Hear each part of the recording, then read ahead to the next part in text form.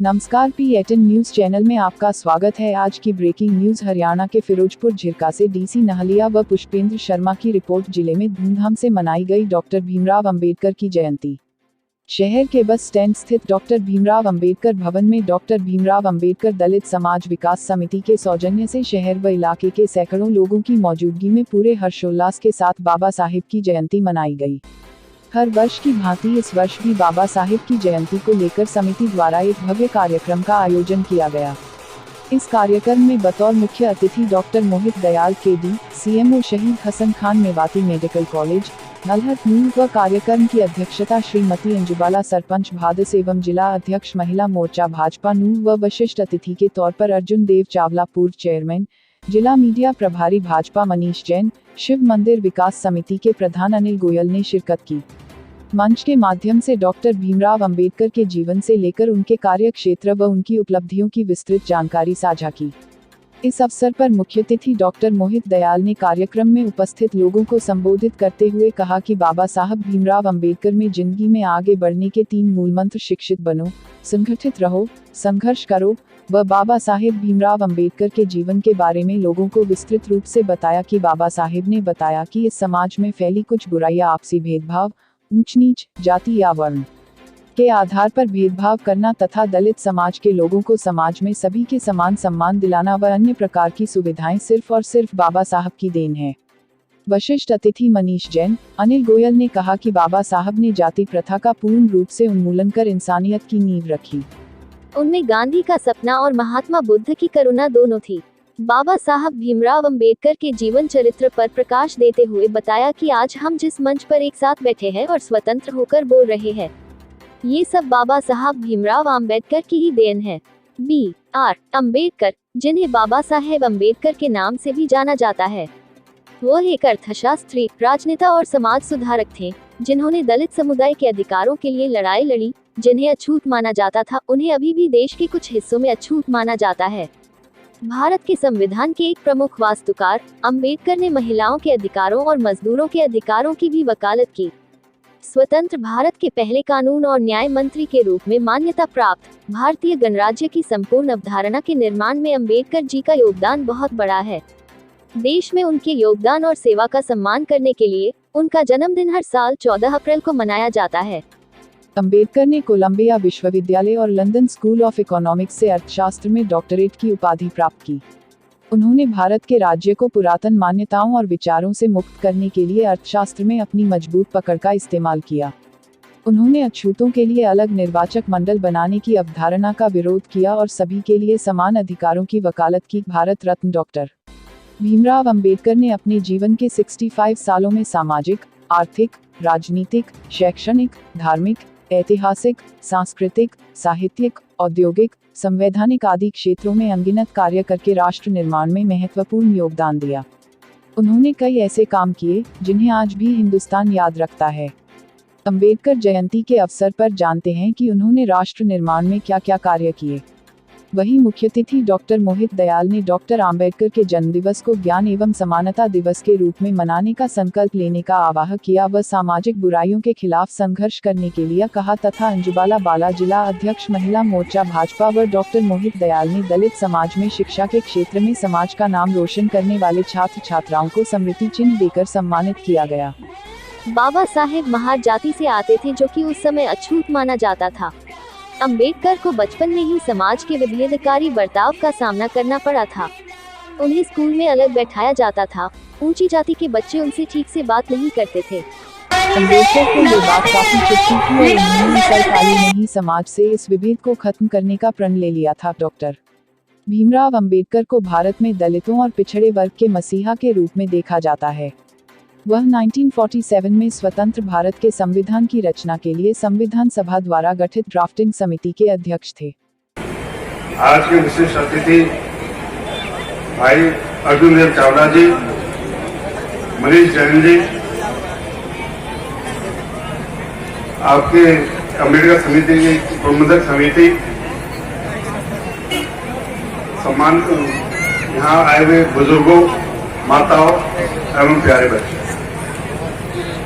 सबसे पहले तो मैं जो यहाँ की जो प्रबंधक समिति है, जो अम्बेडकर समिति है, जो जो इसने इतना भव्य कार्यक्रम किया। मैं लगभग पिछले 10 सालों से यहाँ पर आ रहा हूँ, पहली बार इतना भव्य प्रोग्राम मैं देख रहा हूँ, इसके लिए मैं आपको बधाई देता हूँ।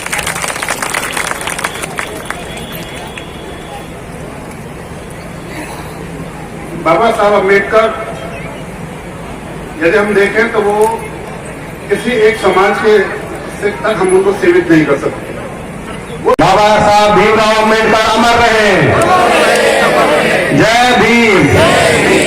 मैं सर्वप्रथम डॉक्टर बाबा भीमराव अम्बेडकर जी की 131वीं जन्म जयंती के अवसर पर सर्वप्रथम उनको नमन करता हूं और अपने श्रद्धा सुमन अर्पित करता हूं। और मैं आपको बताना चाहता हूं, आज हमारे लिए जिस पंथ से, जिस धर्म से मैं संबंध रखता हूं, जैन धर्म से, वो हमारे जो महावीर स्वामी है उनका भी आज जन्म जयंती है। ये बड़ा सौभाग्य का दिन है हमारे लिए। मेरे सामने बैठे मेरे पिता तुल्य बुजुर्गों, नारी शक्ति, मेरी माताएं, मेरी बहनें और बच्चों, सभी को मेरा सादर प्रणाम। और पत्रकार साथियों, और जो अभी मैं सुन रहा था भजन मंडली, अभी मैं एक भजन सुन रहा था बड़े ध्यान से कि मरते दम तक ना भूलना बाबा साहब को। तो मैं तो आप लोगों से यही कहता हूं, एक बार हाथ उठाकर बताएंगे कि हम मरते दम तक बाबा साहब को नहीं भूलेंगे, मेरा जन्म जन्मों तक हम बाबा साहब के साथ रहेंगे। साथियों, मैं बहुत कुछ तो नहीं बोलना चाहता क्योंकि समय का अभाव और भी वक्त हमारे बीच में है। आज हम बाबा साहब की 131वीं जन्म जयंती इस परिसर में मना रहे हैं। समय समय पर जैसे भी समिति वालों ने मुझे बुलाया, मैं आपके बीच में आया है। किसी कारणवश मैं लास्ट ईयर नहीं आया था और समिति वालों ने मुझे बाद में मान सम्मान के साथ बुलाया था, उनका मैं धन्यवाद करता हूँ। और वो बाबा साहब जिनकी वजह से आज हम इकट्ठे यहाँ हुए हैं सर में, वो बाबा साहब जिन्होंने संविधान की रचना की थी, वो बाबा साहब जिनकी वजह से आज हम खुली हवा में सांस ले रहे हैं, वो बाबा साहब जिनकी वजह से हमें अपने मत का प्रयोग करने का अधिकार है, हमें बड़े नेता, प्रधानमंत्री, मुख्यमंत्री चुनने का अधिकार है। ऐसे बाबा साहब ने हमारे लिए, देश के लिए बहुत कुछ दिया। अगर मैं उनकी गाथा गाऊं तो शायद मुझे 3-4 दिन यहाँ बोलने में लग जाएंगे। अभी मुझे लास्ट टाइम बाबा साहब के कुछ साथियों, बाबा साहब हमारे जो हमारी युवा पीढ़ी है, बाबा साहब के रास्ते पर पूरी तरीके से मुझे लगता है कि चलने की बजाय भटकी हुई है। मैं देखता हूं अक्सर हमारे युवा साथी नशे की गिरफ्त में रहते हैं।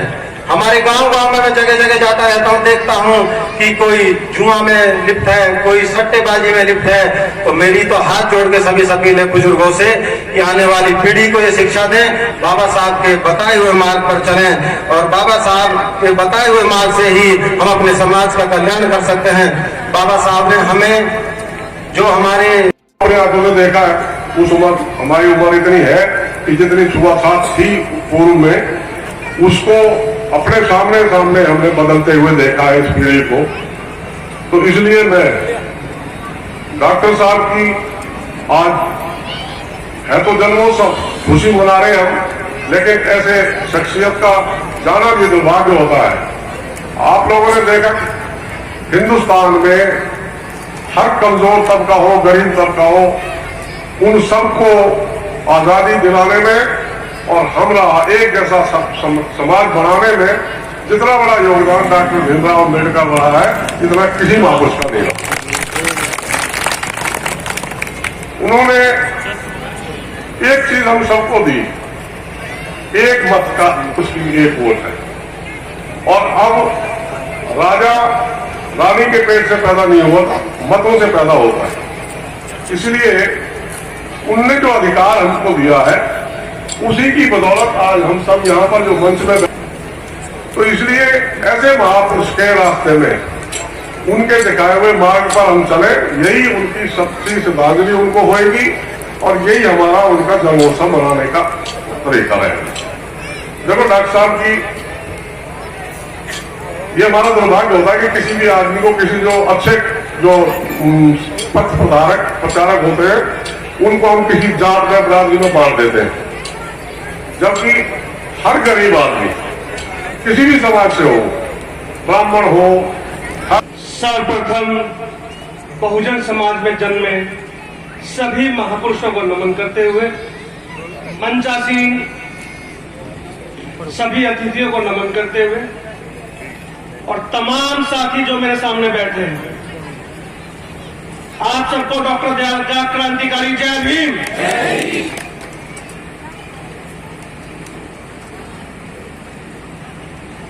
देखिए,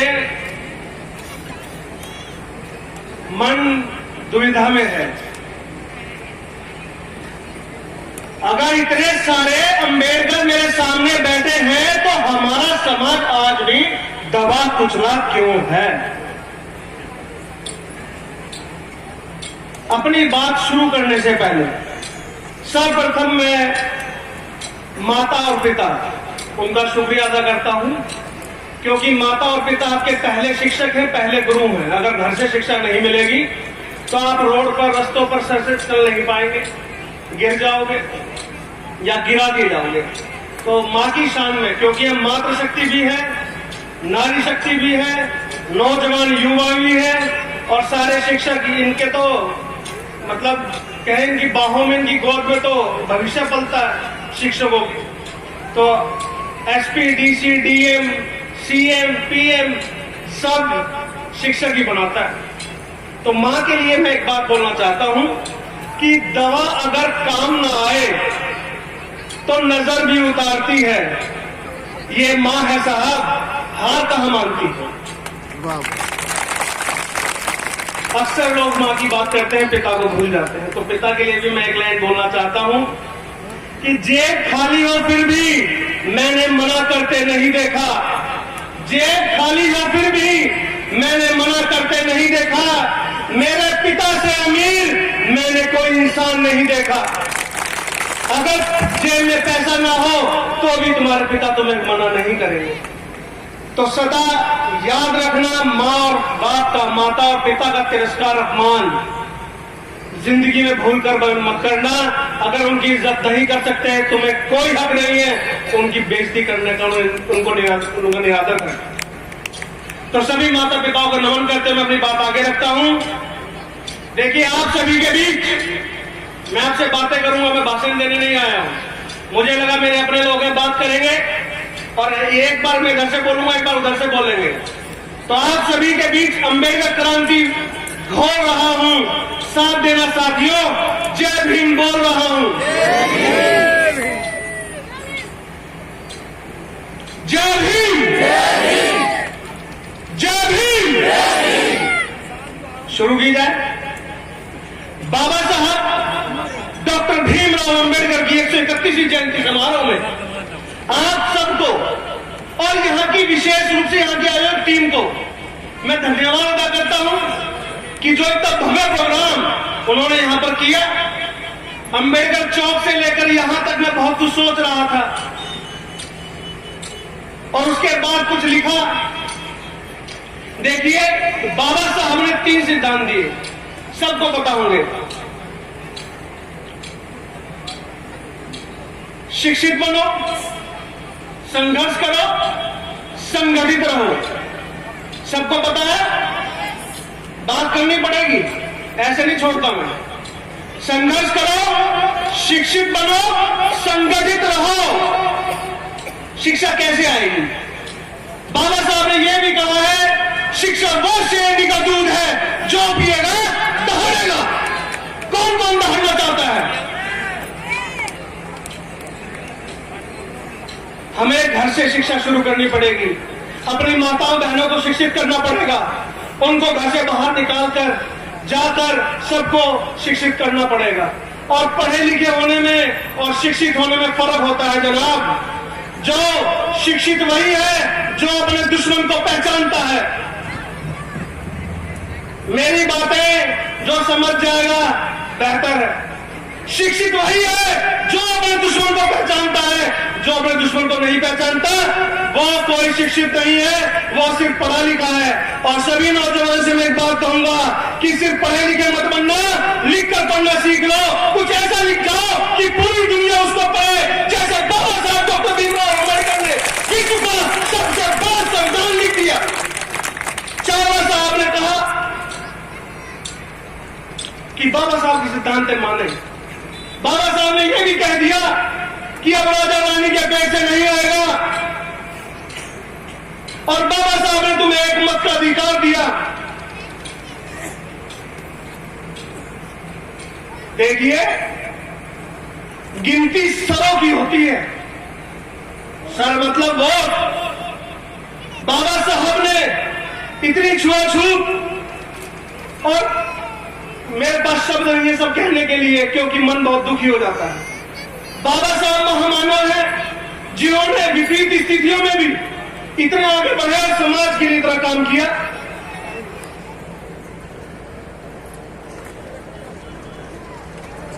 और उनको मैं सदा जीवन भर प्रणाम करूंगा, ऋणी रहूंगा, क्योंकि उन्हीं की बदौलत उनका बोया हुआ हम आज काट रहे हैं। हमने अपने दम पे कुछ नहीं किया।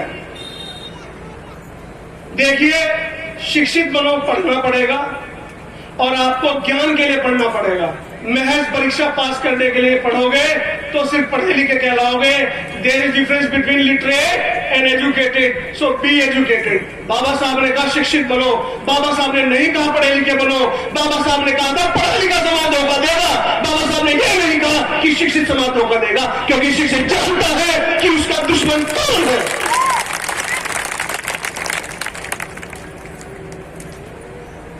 अब बात आती है संघर्ष करो। जनाब, हमारे तो पैदा होते ही संघर्ष शुरू हो जाता है, और मरने के बाद भी संघर्ष जारी रहता है। कहीं लाशों को जलाने के लिए शमशान नहीं मिलते। तो संघर्ष तो हमारे खून में आ गया है। अगर तुम चाह के संघर्ष कर लोगे तो आने वाली पीढ़ियां तुम्हारे राज करेंगी, क्योंकि बाबा साहब ने कहा था 21वीं सदी तुम्हारी है। अब कैसे करोगे, तुम्हारे हाथ में है। तो संघर्ष तो करना पड़ेगा। अगर चाह के किया तो जिंदगी गुजार दोगे, और अगर आपने अपना उसमें थोड़ा भी योगदान किया तो आपकी आने वाली पीढ़ियां बहुत सुखी रहेंगी। और जो बाबा साहब ने सपनों का भारत बनाया था, एक राष्ट्र का निर्माण सोचा था, वो होगा। तादाद कम है, 2 लाइन बोलनी भूल गया था, इसलिए वापिस आया हूं, माफ कीजिएगा, आपको मुझे रोकना पड़ा। देखिए, बात ऐसी है, अगर जिस क्षेत्र में आप विधायक ना बना सको, जिस क्षेत्र में, जिस विधानसभा में आप अपना विधायक ना बना सको, तो एकजुट हो जाना। तुम्हारे बिना विधायक बनना नहीं चाहिए, तुम्हारे बिना। उन्होंने संविधान को तैयार करने में अत्यंत महत्वपूर्ण भूमिका निभाई। भीमराव अंबेडकर भारत के प्रथम कानून मंत्री भी थे। देश के प्रति अतुलनीय सेवाओं के लिए वर्ष 1990 में उन्हें भारत रत्न से सम्मानित किया गया। भारतीय संविधान के निर्माता बी.आर. अंबेडकर का जन्म मध्य प्रदेश के महू में 14 अप्रैल 1891 को हुआ था। बी.आर. अंबेडकर ने न सिर्फ संविधान का निर्माण किया, बल्कि देश की सबसे बड़ी bank reserve bank of India के बनाने में भी उन्होंने महत्वपूर्ण भूमिका निभाई। वो एक सामाजिक कार्यकर्ता भी थे जिन्होंने भारत में दलित बौद्ध आंदोलन चलाया। बचपन से ही बी.आर. अंबेडकर दलितों की स्थिति को लेकर चिंतित थे। एक दलित बच्चा होने के कारण उन्होंने देखा था कि किस तरह दलित बच्चों और दूसरे बच्चों में भेदभाव किया जाता था। डॉक्टर भीमराव अंबेडकर ने 14 अक्टूबर 1956 को नागपुर में एक औपचारिक सार्वजनिक समारोह का आयोजन किया। इस समारोह में उन्होंने श्रीलंका के महान बौद्ध भिक्षु महावीर चिंद्रमणि से पारंपरिक तरीके से त्रिरत्न और पंचशील को अपनाते हुए बौद्ध धर्म को अपना लिया। अंबेडकर ने 1956 में अपनी आखिरी किताब बौद्ध धर्म पर लिखी, जिसका नाम था द बुद्ध एंड हिज धम्म। यह किताब उनकी मृत्यु के बाद 1957 में प्रकाशित हुई। इस मौके पर भीमराव अंबेडकर दलित समाज समिति के प्रधान डालचंद सहारिया, ओम प्रकाश मंडल महामंत्री भाजपा, डालचंद छापरिया पूर्व प्रधान, Hitesh Satyavir, Prakash Kohli, master Satish Kumar, master Phoolchand master, Buddhiram master, Rajesh Kolgaon, Tarachand, Charanjit master, प्रधानाचार्य master Charandev, Shekhar, sarpanch Patkhori, Akhnaka sarpanch Rakesh, Ramkaran Nahliya, Ramswaroop member, Rajesh Chauhan Rawali, Manoj, Tilak Soni, Gaurav, Babu Dhannu Ram, Om Prakash, Birbal Prajapati, Sanjay Sood, master Charanjit Nandesariya, master Rajpal Nandesariya, master Vishram सहित हजारों की संख्या में गणमान्य लोगों मौजूद रहे। ब्रेकिंग न्यूज और लाइव न्यूज अपडेट के लिए P18 न्यूज चैनल को सब्सक्राइब, लाइक, शेयर जरूर करें, ताकि आपको हमारी सभी प्रकार की ताज़ा अपडेट सबसे पहले आपको मिलती रहे। हरियाणा, राजस्थान व देश के अन्य राज्यों की ताज़ा तरीन खबरें पाने के लिए हमसे जुड़े रहे। अगर आपके पास कोई खबर है तो हमसे संपर्क करें। Mobile number 9813527685 DC Nahliya, Ferozepur, Jhirka, Haryana. Email ID dcnahlia@gmail.com व खबरों को विस्तार से पढ़ने के लिए विजिट करें www.dcnfpj.blogspot.com। नोट: हमारे यहाँ पर सभी प्रकार के विज्ञापन स्वीकार किए जाते हैं।